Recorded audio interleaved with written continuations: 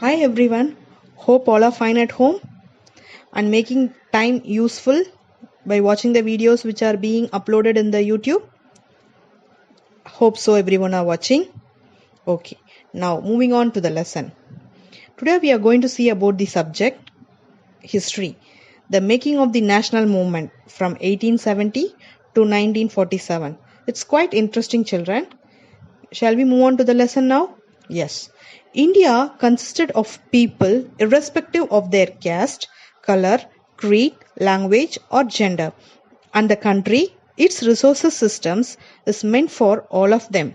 The political associations formed after 1850, especially those that came into existence in the 1870s and 1880s, started expressing this consciousness and feeling of nationalism strongly.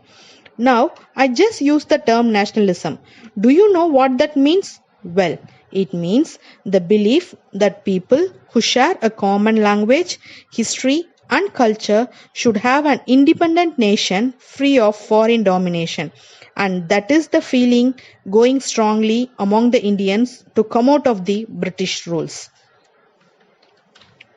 Now, going back to our story, most of the political parties that was formed were led by the English educated professionals, for example, lawyers and officers. And some of the important parties at that time were the Pune Sarvajanik Sabha, the Indian Association, Madras Mahajan Sabha, the Bombay Presidency Association, and of course the Indian National Congress. Now, you can say the name Pune Sarvajanik Sabha, that the name itself has the essence of nationalism, as Sarvajanik means of or all for all, the people as a whole. And now, from the name of these parties, one can understand that these associations functioned in different parts of the country, but goals were not restricted to any particular religion, community, or class. Their goal was directed towards the well-being of all the people of India, worked with the idea that Indians should be independent in every aspect of life. And this is the big key feature of nationalism. They believe that Indians should be empowered regarding their affairs, and people were not happy with the introduction of new laws and administrative institutions. Changes brought in the lives of peasants and tribals as well as education by the British government, and the dissatisfaction gave ways to various revolts like peasants' revolts, tribal revolts, and the revolt by the sepoys in 1857, which you people would have learnt in our earlier lesson. Now, the British government kept introducing the new laws. This intensified people's dissatisfaction with the British rule during the 1870s and 1880s. For example, the Arms Act was passed in 1878, which disallowed Indians from possessing arms. In the same year, Vernacular Press Act was also enacted in an effort to silence those who were critical of the government. You see, this act allowed the government to confiscate the assets of any newspaper, including its printing press.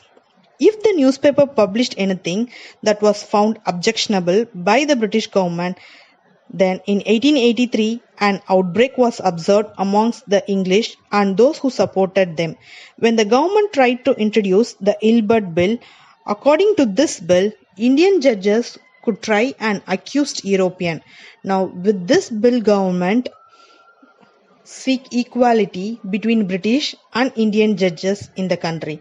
But then the wide oppositions forced the government to withdraw it, and obviously this enraged the Indians, and this event became a noted on the highlight of the rational altitudes in India. Since 1880, the need to have an all-India organization of educated Indians had been felt, but the Ilbert Bill controversy deepened this desire.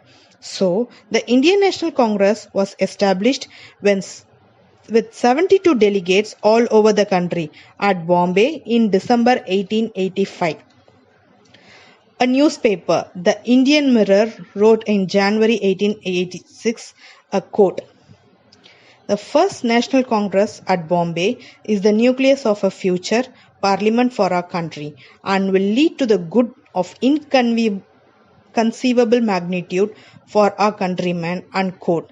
In the year 1887, Badruddin Tyabji addressed the Congress as the president. He said, and I quote, "This Congress is composed of the representatives not of any one class or community of India, but of all the different communities of India." Unquote.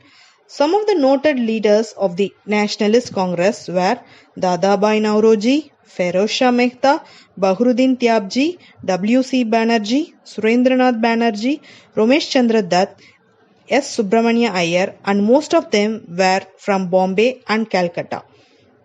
Yes, when we meet on the concluding video, the making of national movement 1870s to 1947,